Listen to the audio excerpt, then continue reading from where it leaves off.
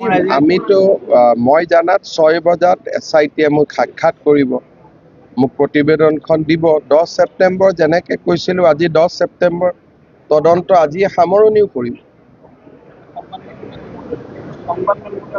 মই চিনেমা কৰিবৰ কাৰণেতো খোজা নাই, গতিকে ৰিপৰ্টটো পঢ়িব লাগিব। আপোনালোকে চিনেমা এখনৰ অপেক্ষা কৰি আছে, মই তেনেকুৱা চিনেমা কৰিব খোজা নাই।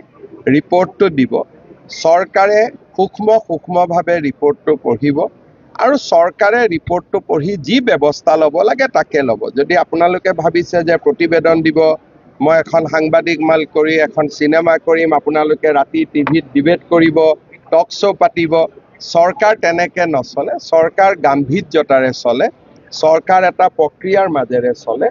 আৰু এইটো যিহেতু বহুত ডাঙৰ গোচৰ এটা, আমি গোচৰটোত যাতে কোনো পৰ্যায়তে তাক আমি এটা আকাংক্ষিত লক্ষ্যলৈ লৈ যাব পাৰোঁ, সেইকাৰণে আমি তাক প্ৰক্ৰিয়াৰ মাজেৰে আমি আগবাঢ়ি যাম। ইয়াতে আমি ৰিপৰ্ট এটা দিলে, মই গুৱাহাটীত সাংবাদিকসকলক মাতি ল'লোঁ, তাতে আপোনালোকৰ আগত প্ৰমাণখিনি দিলোঁ, এটা টক শ্ব' হ'ল গধূলি, প্ৰশান্ত ৰাজগুৰু বহি গ'ল, অমুক বহি গ'ল, এই ধৰণৰ পৰিৱেশ এটাৰ কাৰণে আমি তদন্ত কৰা নাই।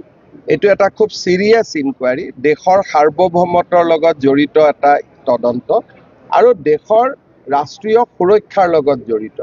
গতিকে ৰিপৰ্টটো দিব 6 বজাত, মই পঢ়িম।